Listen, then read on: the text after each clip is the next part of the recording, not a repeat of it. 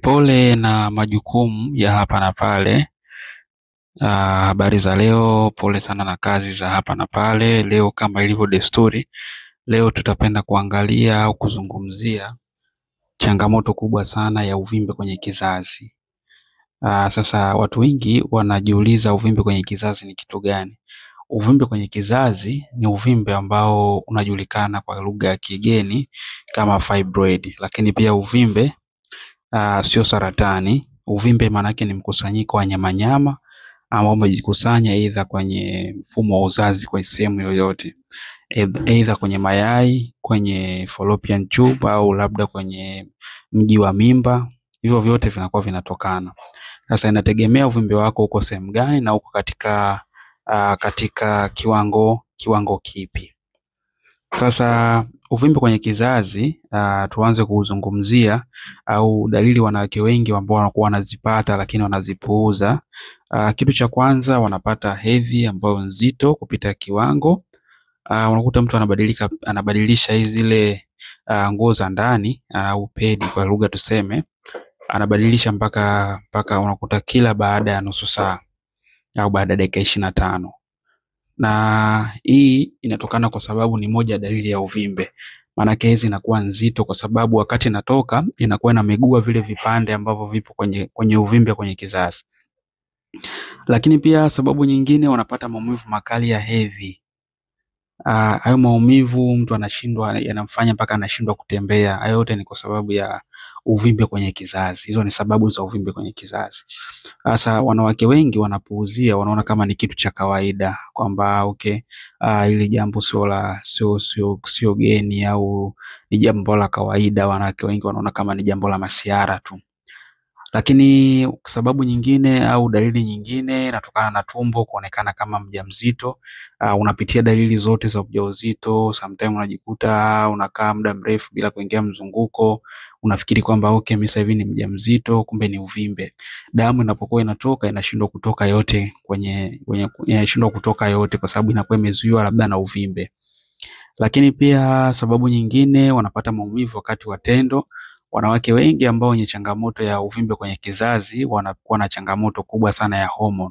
Kwa hiyo mwili wao unakuwa unashindwa kujitambua, kwa wanakuwa wanakosa ute, na wakati wanashiriki wanakuwa wanapata maumivu makali sana wakati wa tendo. Wakati mwingine wanachukia kabisa, wakati mwingine mpaka wanatoka na damu. Lakini pia sababu nyingine ni kupoteza damu nyingi. Wanakuwa wanapoteza damu nyingi sana. Hii inasababishwa mwili pia unakuwa dhaifu na wanakuwa na uchovu mkubwa sana, kwa sababu wakati wanaingia kwenye mzunguko wanapata kiwango kikubwa sana cha damu, hali ambayo inapelekea kiwango cha damu kikubwa sana kinakuwa kinatoka. Lakini pia wanapata uchovu mkubwa mno.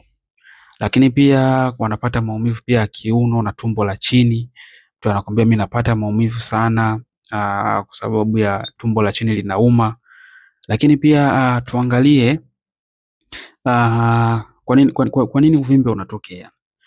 Uvimbe siri yake unatokea ni kutokana na hormone. Hormone zinapobadilika, automatic mzunguko unabadilika, na mzunguko ukibadilika mwili unashindwa kujitambua, hali ambayo inapelekea uvimbe unakuwa ni rahisi kupatikana. Lakini pia unakuwa sababu nyingine pia kwa nini uvimbe unatokea. Uvimbe hutokea kwa sababu ya mawazo. Unapokuwa na mawazo, mwili unapelekea kupata changamoto ya kuzalisha homoni ambayo sio, na mwili unashindwa kufanya kazi vizuri. Mwili unaposhindwa kufanya kazi vizuri, mwili unakuwa na relax, hali ya kuwa unapelekea changamoto inakuwa ni kubwa zaidi, hasa kwenye mvurugiko wa homoni, lakini pia inakuwa inachochea katika uvimbe. Lakini pia hormones zinapokuwa zinabadilika, basi uzito nao unakuwa unapitiliza kuliko kiasi. Yaani kama ulikuwa ni mwembamba wa kawaida, unaanza kunenepa bila kujua. Yaani unajikuta tu umejinenepa, mtu anakuambia umenenepa, mwisho wa siku unajikuta mwili umekuwa mkubwa kwa sababu ya hormone. Hormone, yaani mwili unakuwa haueleweki. Lakini pia kitu kingine sababu kwa nini uvimbe hutokea, moja ya sababu inaweza pia ikawa ni kurithi. Kurithi ni moja ya sababu kubwa sana ya uvimbe. Lakini pia kurithi, kwa mfano labda mama yako, labda bibi yako, shangazi yako, au upande wa mama zako, au upande wa baba zako wa kike, lakini unakuta walikuwa na changamoto kama hizi, mara nyingi sana zinakuwa za kurithi pia. Lakini pia usingizi hafifu. Watu wengi ambao wenye changamoto ya uvimbe kwenye kizazi wanapitia maumivu, kwa usingizi wao unakuwa ni wa mashaka. Usingizi wao unakuwa ni mdogo sana. Lakini pia ukiwa na uvimbe unakuwa upatikanaji wa mtoto unakuwa ni mdogo sana. Kupata mimba inakuwa ni changamoto. Na hata kama utashika ujauzito, basi mimba zinakuwa zinaweza kuharibika. Lakini pia uvimbe ukiachwa unaweza kufanya mambo mengi sana. Kama unakuta mtu mirija imeziba, mayai kutokupandikizwa, kusababisha mimba kutoka mara kwa mara, maumivu sugu watu wanapitia, lakini pia tumbo linashindwa kubeba ujauzito, mimba zinakuwa hazishiki. Hata upasuaji unapokuwa unafanyiwa kutolewa uvimbe, baadaye unarudi tena, kwa sababu hawajatoa mizizi ya tatizo, wametoa tu kale ka uvimbe. Ni sasa kama mti umeenda kukata matawi, ile mizizi yake bado inaendelea kukua. Uvimbe unategemea ukubwa, ukubwa wake upoje. Kama ukubwa wake ni mdogo, inamaanisha uvimbe unakuwa unaweza ukapata ujauzito. Lakini pia kitu ambacho unaweza kama umekuwa ukipata hedhi nzito, maumivu makali ya utumbo, kuonekana kama ni mjamzito, usipuuze. Tembelea hospitali ukapate ushauri, ukapata kupimwa, lakini pia unaweza ukapata matibabu ambayo yanakusaidia kwanza kuweka homoni zako zikae vizuri, kwa sababu ndio chanzo cha tatizo, lakini pia kukupa nafasi ya kusafisha kizazi chako, lakini pia na kuuandaa mwili wako kwa ajili ya kupokea ujauzito. Dalili nyingine unaweza ukazipata, labda kuhisi kitu kama kinacheza. Hiyo ni dalili moja kubwa sana ya uvimbe, aidha upande wa kushoto au upande wa kulia. Hiyo ni moja ya dalili sana kubwa sana ya uvimbe kwenye kizazi. Lakini pia wakati unapokuwa na hizi changamoto, wakati mwingine unaweza ukajikuta hisia hauna kabisa. Hisia hauna kwa sababu ya homoni kubadilika mwilini. Kwa hiyo hisia zinakuwa zinapotea sana. Ukizingatia unakuwa unapata maumivu makali sana wakati unapokuwa unashiriki.